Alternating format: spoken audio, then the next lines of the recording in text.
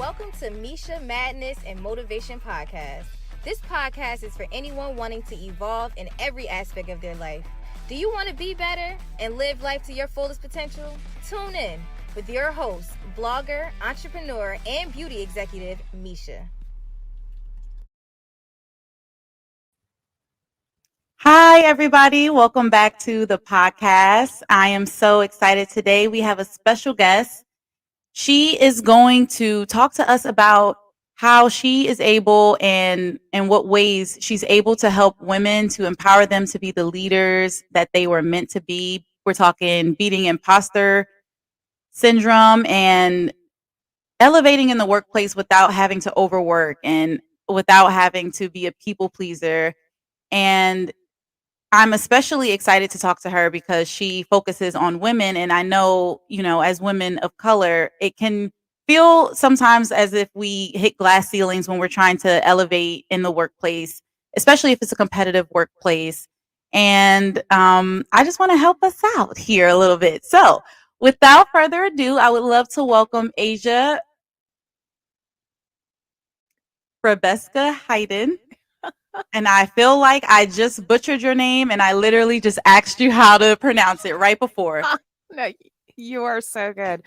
Hi, I'm Asia Bribiesca-Hedin, and thank you so much for having me here. I'd love to be in this conversation, everything having to do with empowering women and just removing all of the unnecessary and bogus interference between, our where we are now and our beautiful natural gifts that have always been there and just kind of waiting for us. Yes. And to get started, how do you feel people can grow as leaders within their workplace? Oh, wow. Well, that's a big question, but Yes.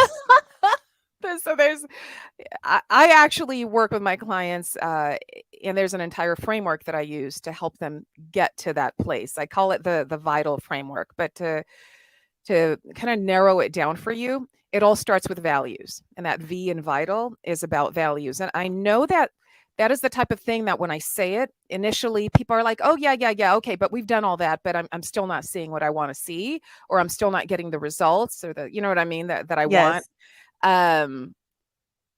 And I guess that is the single place that people underestimate its importance. And I'll tell you why, right? It's incredibly um, kind of strategic. So your values, if you think about it, right, they're your North Star. They're what tell you what's important to you.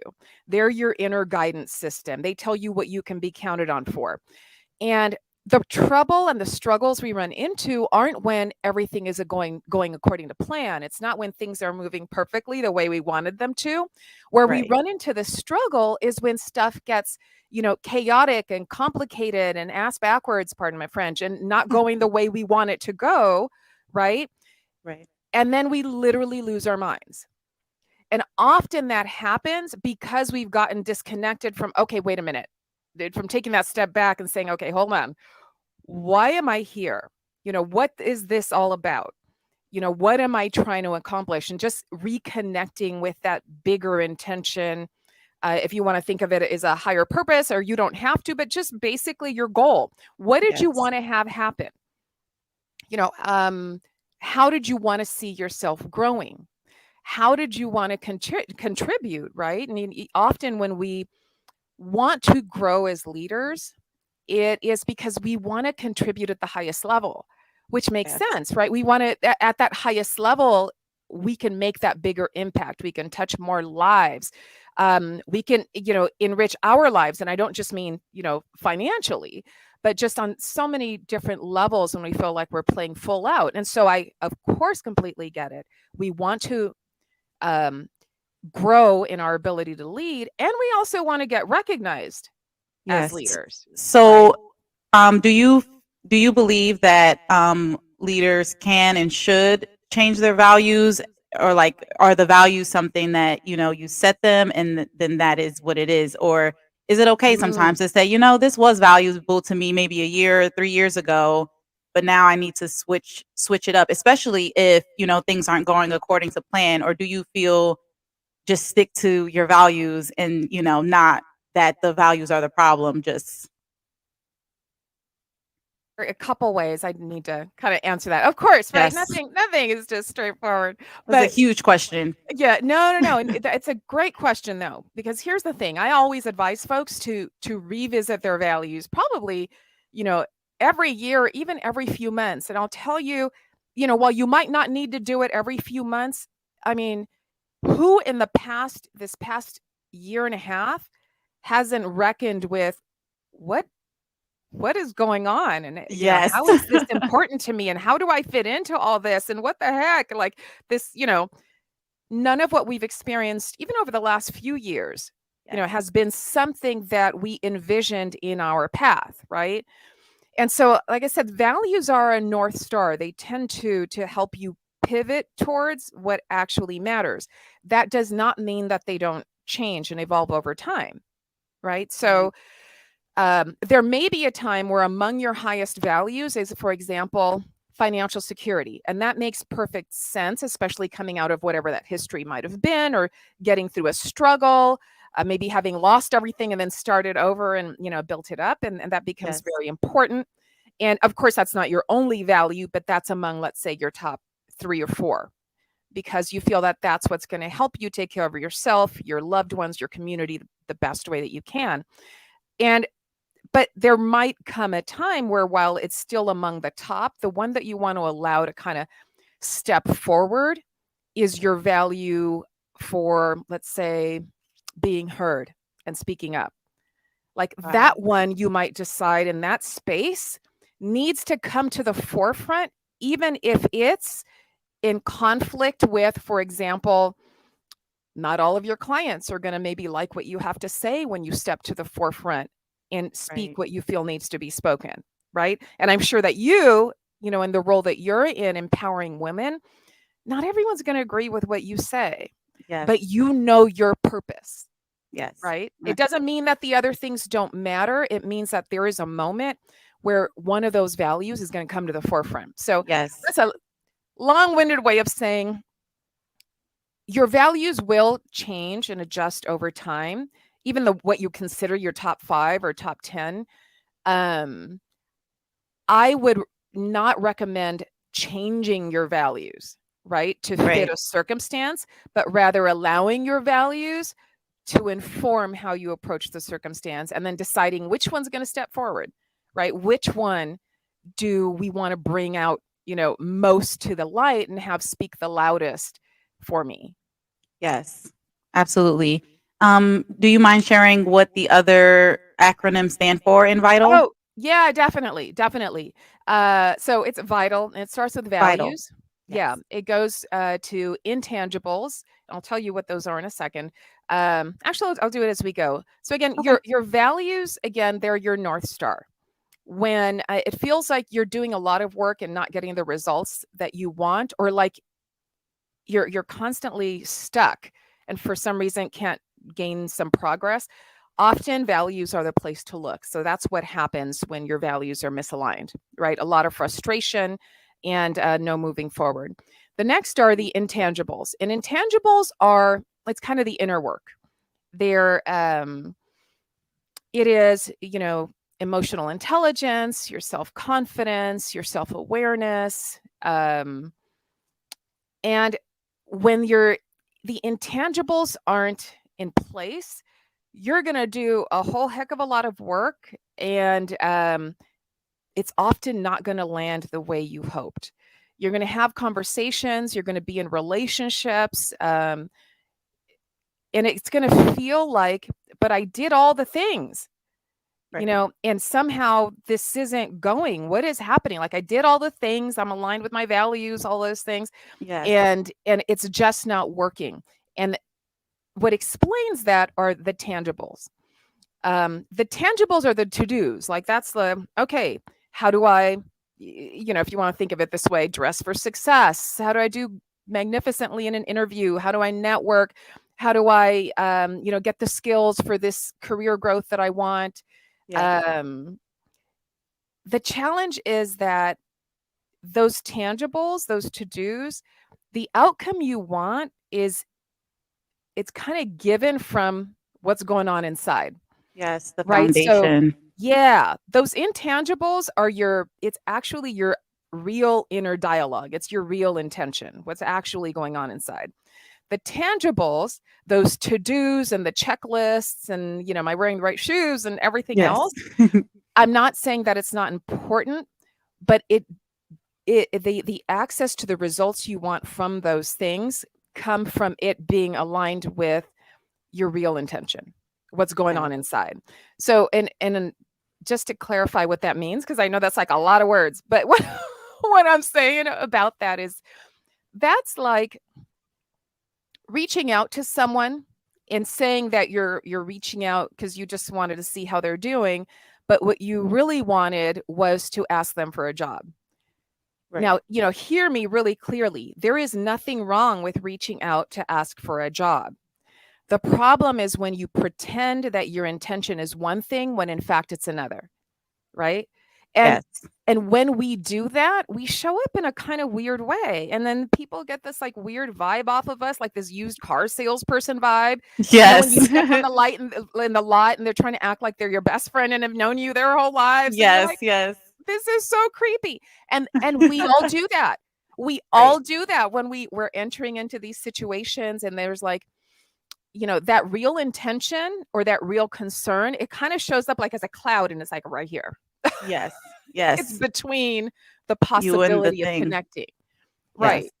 And in fact, I remember I was talking to a client and I was like, well, when you're engaging with people, what do you want to have happen? Because he was saying, and in this case, it's one of the gentlemen that I work with. He was saying, well, I want them to be impressed. And I was like, oh, okay. Because when he came to me, he said his problem was connecting with people. And I was like, so you don't want to connect. You want to impress. Can you see how you show up and the way you land with people is going to be completely different? If your intention was to truly make a connection, with another human being, you're going to show up in Right. one way. If your Versus intention was to impress, you're going to show up in a whole different way. completely. Yes. So, Yes. yeah. And it So causes confusion. oh my gosh, yes. It causes confusion. And again, it leaves people with this sense of like, I don't know what's going on. Like, she said all the right things, she did all the right things, but I'm just not feeling her. Like, there's just Right. something off.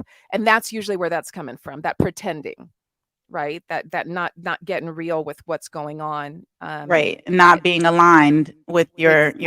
intangibles to your Your to-do list, your tangibles, the things that yeah, yes. Yes. yeah.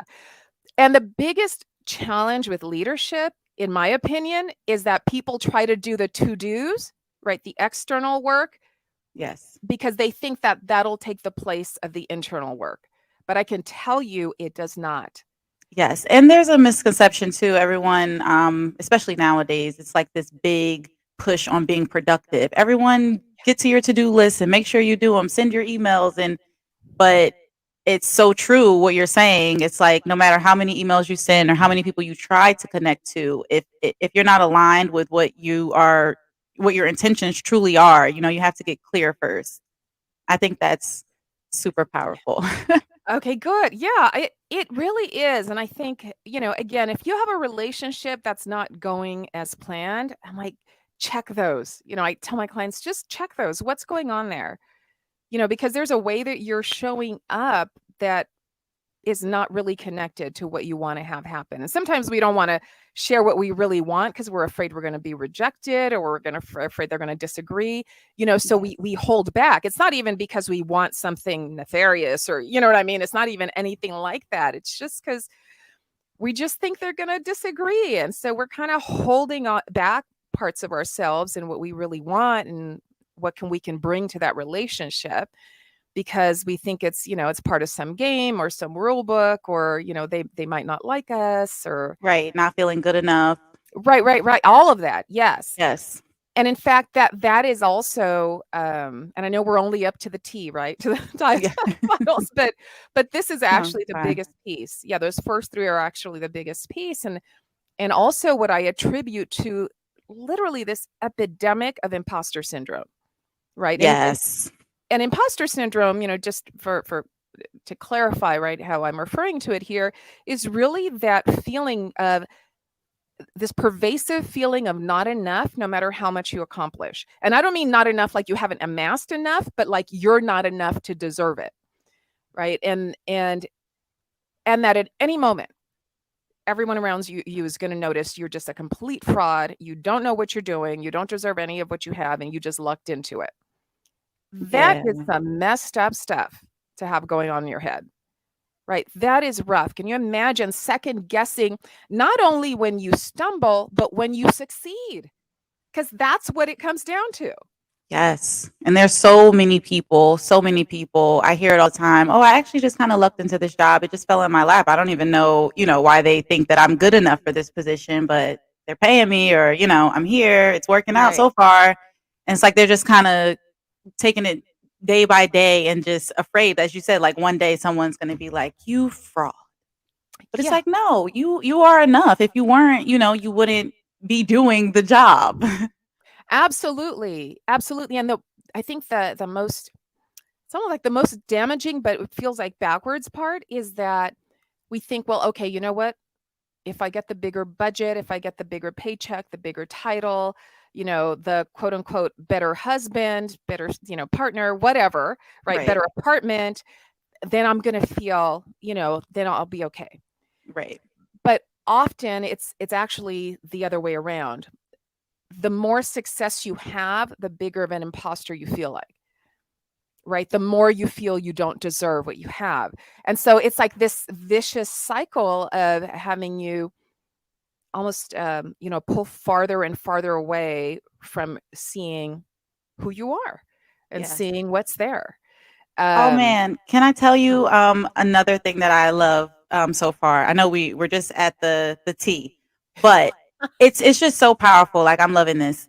Not only should the tangibles come afterwards, because even like that apartment, that car, whatever it is, a home, a better spouse, like those are things you can touch. Like those are tangible things. But like you're saying, it's not going to matter if you don't back it up to the eye and get those intangibles in check before you can even you're not going to feel worthy if you feel like an imposter, no matter how many tangible things you Man. acquire. Yeah. And yes, I love that. It's like no matter what, you have to be aligned, period. There's no shortcut for, Yes. connecting with who you are and what's going on there, right? And you cannot take external action to address an internal struggle. That's not how that works. But Right. but we think it's easier. I was just saying to somebody, it's like dropping your keys in the garage, but deciding to go look for them in the driveway because the lighting's better. It's like, that's not where you're going to find what you're looking for. That doesn't even make sense. That makes Right. no sense. And yet that's exactly what we do when it comes to our self-confidence, right? Our Yeah. sense of accomplishment, seeing our own capabilities, right? Instead of looking inside for how we're doing and how we're feeling about that, and then deciding what we're going to do on the outside. Right. We figure if we get super busy on the outside, then Yes. Take the easier route. That'll yeah, go then it'll away. be easier. Yeah, Yes. but like the keys, you're not going to find the keys in the driveway because you Yes. dropped them over there. Right. They are inside the garage. Like you They're need to in go the look there, garage. no matter Yeah, how dark. exactly. Seriously. Exactly. Yeah, definitely. So, okay, let's see. Where were we? We're on to advanced competencies. So, advanced competencies are where you actually really start to build a strategy for, how you want to lead. We actually create with my clients a strategic plan for your career. So, they have an Oh, actual nice. written strategic plan with timelines and everything that they want to accomplish. Important. Yes. Yeah. Yeah, and it's for and I say careers because we're having this conversation now, but it's really for the impact you want to make, for the outcomes you want to create, right? So that whether this is within your community, whether this is within your home, your church, whatever the case is, Yes, it can apply. it all applies, right? It's the strategic plan for what's important to you, Okay. right? And we also create a failure plan. Because I know we have a messed up relationship with failure, right? We think if you don't think Yes. about it, then it's okay. I'm like, that also not how that works. Right. It's better to be prepared. Yes. Yeah. No, we really do. We need to have a failure plan because let's face it, we know ourselves for the most part. We tend to know the things that, at least in the past, have tripped us up. And Yes. we can at least be mindful about saying, you know what, I'm not saying this is going to get in the way now, but just in case, how would I want to handle it? Right. And that's a quick Right. check. Like, I know last time, I flew off the handle when so and so said this. So just in case they do that fool thing again, how am I going to respond? Yes. Right. To be on purpose, not to be, reacting and in the moment in a way that doesn't serve you, because the problem with reacting and not having a failure plan Mhm. is that it takes you farther away from what you want versus realigning you and getting you closer to what you want, right? Yes. So that's incredibly important, right? Those advanced competencies. And then finally, it's leadership style. That's the L in vital. And leadership style, it's not just whether you're like a consensus driven participative leader, or you're authoritative and just kind of want things, you want to Your direct way. things. It's not entirely about that, although it's important to know that about yourself as well, right? Right. But it's also about understanding what from your past, from those leadership kind of cornerstone moments, you want to bring forward with you and have reflected in how you lead, but also what you're not willing to help develop in other people. And I know that sounds like a strange thing to Yes, I say, what say. do you mean? Okay.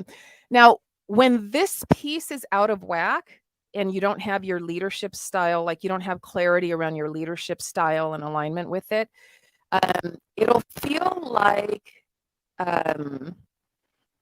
for some reason you cannot hire the right people. Your team is disconnected from what it is that you're trying to get accomplished.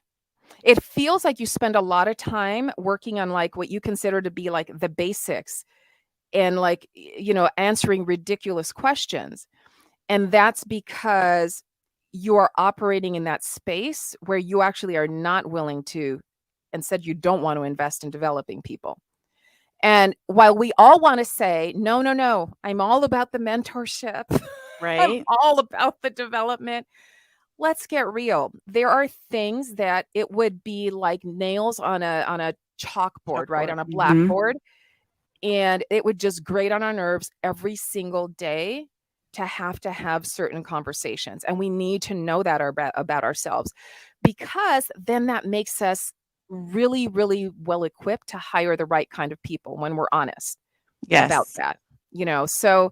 So leadership style is incredibly important, because that is where our jobs go from a blessing to a curse in some way, Yes. right? When you feel like, I don't understand what's going on, I can never choose the right companies, I can never hire the right employees, I don't understand what's happening, and that's what's happening, that you're just not really clear on what Right. you're okay with. Yes, and then you'll spend time. As you were saying that, I immediately thought of my older sister. She has her own business, and it's a moving company. And she actually decided Thanksgiving weekend and then this weekend to follow, that she's just going to shut down for 2 weeks while she can just really hire good people, because she too was hiring, and she's just like, why do I keep getting unreliable people? And Yeah.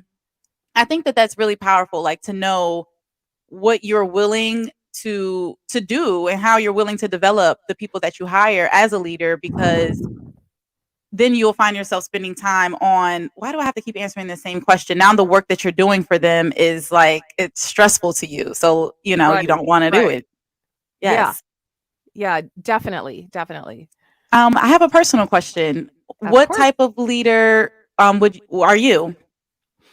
I am. It's funny you say that, because I check in with myself like often.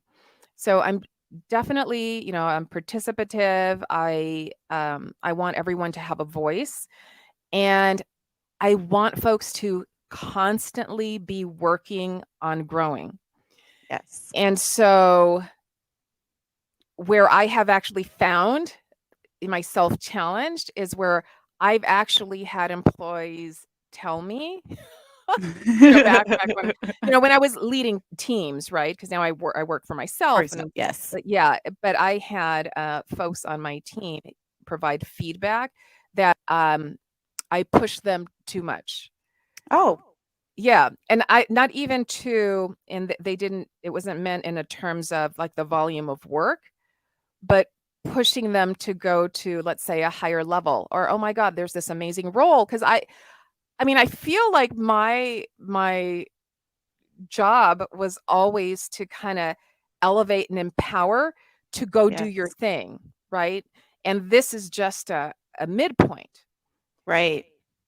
Not But what everyone I felt that didn't get way. is that's not necessarily so. Like for a lot of people, where they were working for a boss who cared for them, working in a company with a great mission is actually all that they wanted. And Yes. that was like their life was rich and full and magnificent. And my big mistake in that I have to check myself on is projecting my enthusiasm And that for growth, ambition. yeah, Yes. to someone else and overlooking their mission. So Yes. that's not quite what you asked, but that this just, it's kind of what That's popped a up. part of how it's a part of how you were able to learn what type of leader you are. It is. And I think I'm sure that's why I do the work I do today. Right? Yes. Because I deliberately want to work with people who see what's possible and want to remove the interference. Yes. Right? Because that's Yes. all I do. I help people remove the interference. And like I can see what's possible for people, and I get so excited, and I have to remember that. Yes, because they have to see it for themselves anyway. Yes. My dad used to always say, "You can lead a horse to water, but you can't make them drink." Right. And And they may yes, not be thirsty. true. Very true. That was the thing for me. Like, not everybody is thirsty for the same thing. And Yes. that is beautifully perfect. Right. It was my leadership style that I needed to check in with, that, and checking my thoughts about, was I making it mean something less positive or even really negative about them, that they didn't want to go to that higher role, that they weren't aspiring to more or didn't want to do different work.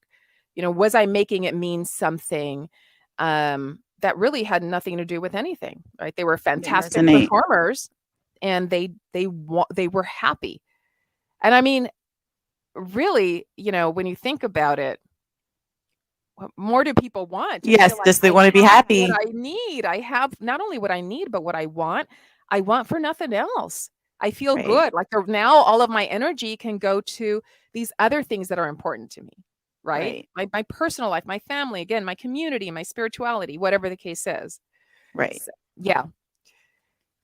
So for people who are working though in like in a workplace, and they have that ambition and they want to be promoted, they want to progress, what advice would you give to them to do that if they are in like a very competitive workplace? Well, the advice I give to any client trying to make any sort of change is to kind of know your own story. Right. Right. And I'm a big advocate. I don't know if you've heard of the STAR story, No. formula to interviewing. And again, just to clarify, I'm not a career coach per se. I'm not the kind of coach that helps people get jobs. But of course, the It's a people that work with me get jobs because they change their approach to how they lead themselves and others. Right. So right with the I vitals. do actually think that is the real access to having the kind of career you want. And they are also those tangibles that you need to have in place, right? Right. Yeah. And one of those is knowing what's important for the role that you want, those characteristics, those backgrounds, those experiences, and being able to articulate those for yourself. Actually, I have a STAR story worksheet that I share with all of my, one-on-one clients. So if any of your listeners want to get that, they can reach out to me. I will just go ahead and Yes, email and it I will back. leave all Yeah. of your links down in the description box below. Yeah. Yeah. And that the reason I like that, I'm sorry, did I Mhm. cut you off? Go ahead. No, I was Okay. What's the reason why you like the STAR worksheet? Well, the reason I like it is because it makes you do a couple different things. One is it has you articulate what the characteristics or backgrounds or expertise, right, Yes, are to become necessary. clear. Yeah, either for the role you want or for the role you have, whatever the case. But it makes you get clear on them, like on what's important. Like, do they want people who are innovative and are willing to take chances? Do they want people who are meticulous and are really able to, his dot the Feel the I's and cross the details. T's, things like Yes. that. Do they want big thinkers? Do they want, kind of step by step thinkers? And the reason that you want to know that is not only because, that's what will help you decide where you're aligned and where you're not, but also um, as you distinguish what those are, you can get really well connected to how that fits with who you are and what you've done. And then if you decide that that's a trait or an experience that you want to develop, then you can create opportunities for yourself where you are to do it. And just Awesome. let me think. I want to give you like a concrete example. So, for example, I know that one of the one of the traits that's important to certain anyway, to not to all companies, but to certain companies, is managerial courage, right? To be willing to put yourself in a place of discomfort in an Yes. effort to seek an outcome that's better. Yes. For the Okay. group. For the group, right? For that shared objective or shared goal or the client or patient or whatever the case is, right? Yes. And and it's funny because managerial courage probably not the best one to choose, but managerial courage is one of those that a lot of companies say that they want, but when push comes to shove, not so much. Yes.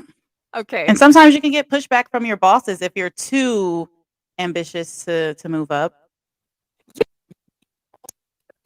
But managerial courage, though, is also one of those that you want to be able to articulate a story around that, right? So you want to be able to articulate, that star is the situation. Like, what is it that happened, in that instance where you displayed managerial courage? Oh, we were, putting together the forecast for next year, and I didn't think that we had all the information we needed about, this new investment. In fact, I'd heard news that suggested that that might not be the direction we wanted to go.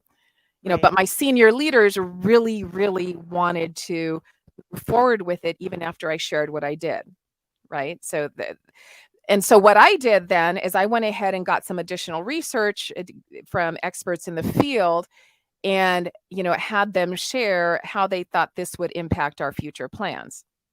And with that additional research that I did and getting the experts involved, I was able to take it to my senior leadership, have them have a meaningful conversation, and then fine tune the plan, taking into account that added risk. So it worked out really well. I was able to speak up, even though it was uncomfortable, and Yes. basically save the day. Because that's what you want, right? You want those Right. stories of you saving the day through applying those characteristics. And that's what I like. One of the other things, so many things I like about the Star Story worksheet, but that's one of those. And it helps Yes. you connect to where you're really good. We forget sometimes, especially if you've been in a job for a few years and it feels mundane today, you kind of forget all the fabulousness and the things you learned and the things you did and the ways you impacted and contributed. And the Yes. Star Story worksheet is an amazing way to have like this living, breathing document of all of your accomplishments and all of these different competencies that you've displayed. Yes. Wow. Thank you so much for sharing. I'm going to be sure to have that link down in the description box for everyone because that is a very dope resource. Thank you so much for sharing that. Yeah. And we've been talking so much about how people can elevate and, get in tune with being a great leader. But can we talk about what are some career limiting mistakes that people make sometimes in the workplace? I talk a lot about what I call the right their mistakes, and there are mistakes that we story, like there was a shred of truth around them, but it simply doesn't apply anymore. So, one of the top myths is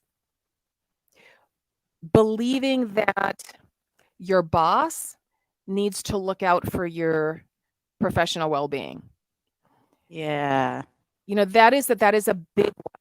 And while it's harsh to think, well, your boss doesn't give a crap or may not give a crap, the problem with putting your professional well-being and growth in the hands of someone else is that they even if they have your best at heart, even if they want the best for you, they may not be aligned with what you want for you, True. right? So, leaving your career growth and your professional development to a once a year, for example, conversation with your boss around your performance review and what your development objectives are for the next year is not appropriate. You need to step into the role of being the CEO of your career. You're the chief strategist, you're the chief decision maker, and no one has more agency in your career than you. So to blame it on a boss, right, to not be looking out for you, while of course we want them to show up like a real leader, of course Yes. we want them to mentor and advocate and help us grow the way we want to grow, you can't bank on it, right? And in fact, the fact that we know that about half to 2/3 of all employed people would rather have a new boss than a raise tells us that that's just not the reality, right? That's Right. just not the reality.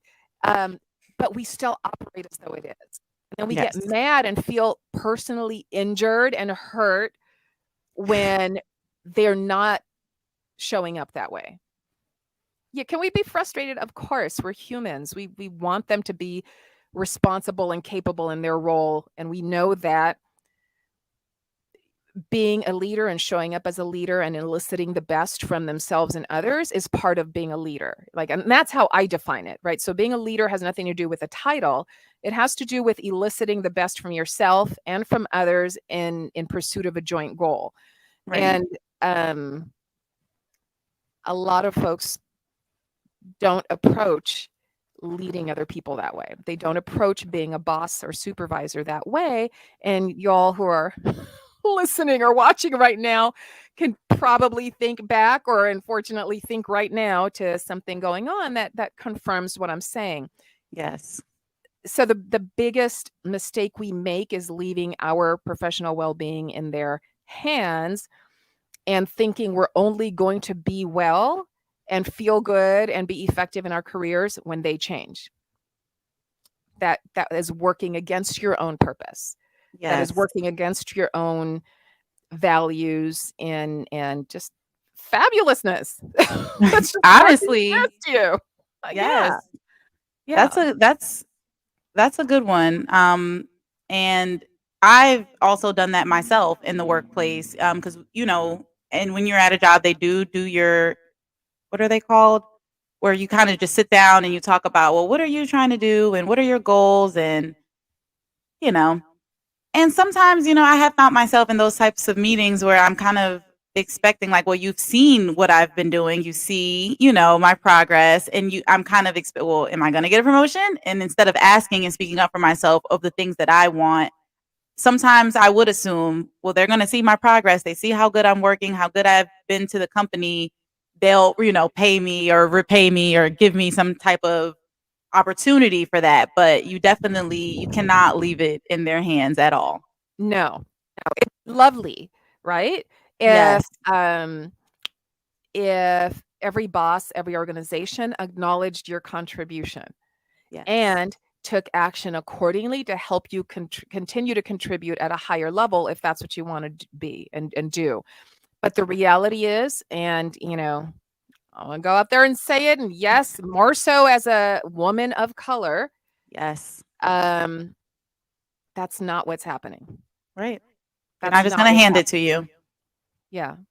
No, not only are they not going to hand it to you, there is a good chance that you're doing exactly what you're supposed to be doing, and it's going to be withheld from you. There's a difference. And we can't be derailed by their intentions, by someone else's intentions, or someone else's inability to see our valuable contribution. So, yes, you are the chief strategist in your career. You and no one else. I love that. I want to know what led you to begin working for yourself and teach other people how to become like great within themselves to then, reflect that out into the world. Yeah, it's funny because I feel like I've been doing this forever. Right now, I only opened my company a couple of years ago, but I feel like it's been decades, and it's probably because of the type of work I did, and I Mhm. suspect that I chose that type of work because of, again, my values and being drawn to this, right? So I've been studying, Yes. leadership and strategy. Obviously, I have an MBA, so that's what got me started in the strategy space. But there's something about what I started to see right out the gate as a management consultant. I was with this consulting firm, Ernst & Young, right out of business school. One engagement and client to another is that what I thought was going to be the indicator of success was actually not the indicator of success, at least not that I was able to observe. And that really caught me. And what I mean by that is that I saw that there were teams that consistently outperformed other teams. And it's not because they had the best team. It's not because they had the best strategy. It's not because they had the biggest budget. Um, but when it came to, for example, implementing a change or delivering on a new strategic plan, for example, and living into the possibility or the potential that that new plan or change or innovation promised, those teams that were able to do particularly well, what I attributed it to is that they, across the board, like they believed that even if they didn't know what direction it was going, even if they didn't know what the twists and turns were going to be, they knew that they could. They believed and were confident in their ability to pivot and shift and change and make do and figure it out, Yes. even if it was in the midst of chaos. Like, even if stuff was just turned upside down and their reality got completely shaken. And that was seeing that time and again ultimately had me fall in love with that space around developing people and human potential and leadership and, Yes, people psychology who of are leadership. yes. Yeah. What So, yeah. what can you just share some of the psychology of leadership? Just a little tidbit. I'm interested. Um, sure. Well, Is it like about the type of person like a leader is?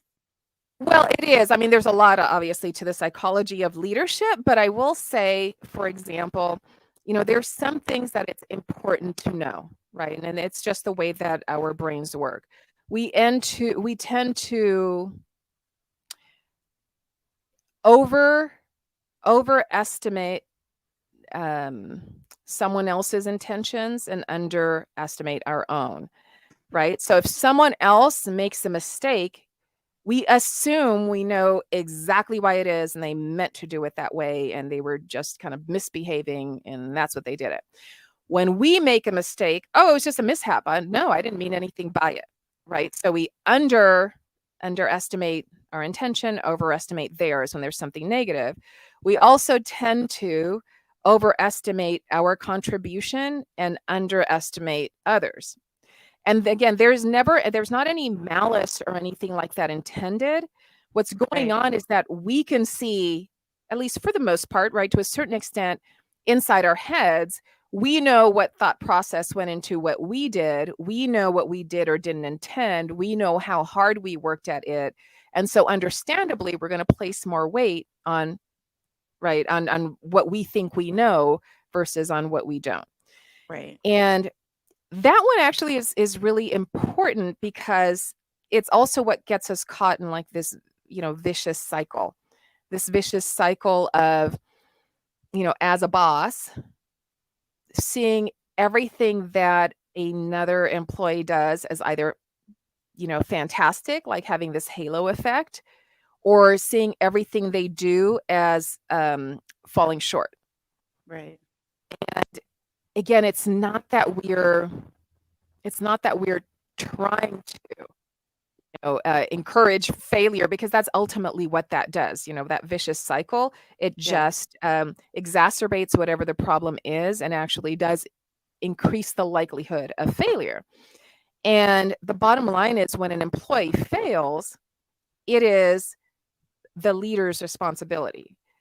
That's not the way that we handle it. That's not the way that we manage it. We assume that, again, they were just being difficult. Right. They just didn't want to learn it. But the reality is that it is the leader's responsibility. And when the leader steps into this space with the pure intention of eliciting the best from others, that's going to go very differently. Right. Where when you walk in with the intention of, again, you're already rolling like your eyes, like, oh my God, let's see what she did this time. This is such a waste of time. Because we do that.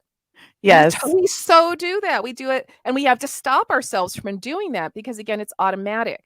But see, as a leader, when you actually do have other people and impact a lot of decisions and opportunities, we need to check ourselves and just be aware that that's there. So anyway, that's that. I don't want to get too far down that rabbit No, hole. yes, but thank you. That was Yeah. interesting. I didn't even know that. Like, I just learned something new.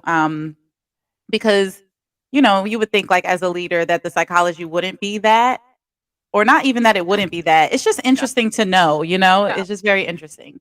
It's automatic. They're in a lot of the roadblocks we have in our own lives and leadership and growth and development. They're automatic thoughts that we have. They're automatic assumptions. So, when we get good at starting to at least question, especially when things aren't going as planned, right? Right.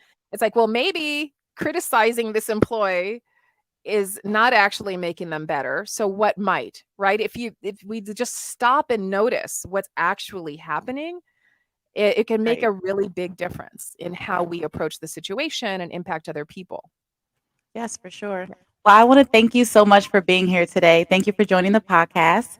And could you share your website with everyone? I'm going to leave all of your links below, but Absolutely. And it's been my pleasure being here with you. And thank you. you guys can go find me at bridgewellpro.com. Again, bridgewellpro.com. And I'm active on LinkedIn, so you can always find me there sharing some opinion or another regarding leadership. And I like to share leadership lessons and things like that there. So you'll find me.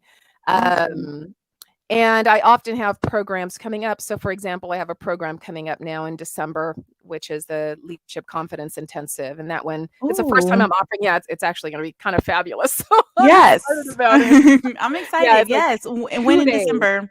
And yeah, it's December 11th and 12th. And if you go to bridgewellpro.com, you can go ahead and get on the list. That is a new program that I've launched because honestly, self-doubt and lack of self-confidence is almost always the first thing that I work with, my executive clients and my professional clients, no matter what their level is. That is almost always at the source of why they're not taking the action that probably inside they already know they should be taking. But, we talk ourselves out of it because we mistake doubt for meaning stop. And that's not what that means. It doesn't mean that at all. It just means you're alive and a human and you have a brain. Wow, I love that so much. So December 11th and 12th, it's a 2-day intensive. Yeah, it's the Leadership Confidence Intensive. You can get more details on my website at bridgewellpro.com. And also, if anybody wants to request that Star Story worksheet, just send me an email. That's not on my website or anything, but I'm glad to share it. It's info@bridgewellpro.com. Just email me directly. Let me know star worksheet or story worksheet, anything like that, and I'll know what you're talking about. Or contact me on LinkedIn. Connect with me on LinkedIn personally, and I'll make sure you get it.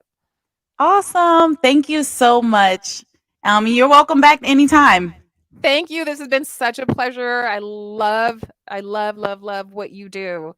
Oh, thank you so much. Again, elevating elevating. Yes, that's the goal. That's the goal because, we can't have too many people out here thinking they're not good enough, No, Seriously. we were born divine, and we just need to get back to that. We need to get Yes, back. We let too much interference and noise get in the way of us remembering that. for So, real. yeah, yeah. All right, well, Thank enjoy the rest you. of your day. Thank You you. too. Bye. Bye. All right, guys, that was so lovely. I really, really enjoyed that. Her links will be down below so you can grab the STAR worksheet. And I really encourage everyone, if you're interested, definitely sign up for her 2-day intensive. That sounds really, really interesting. You might catch me in there. I'm going to leave the link down below as well. And until next time, guys,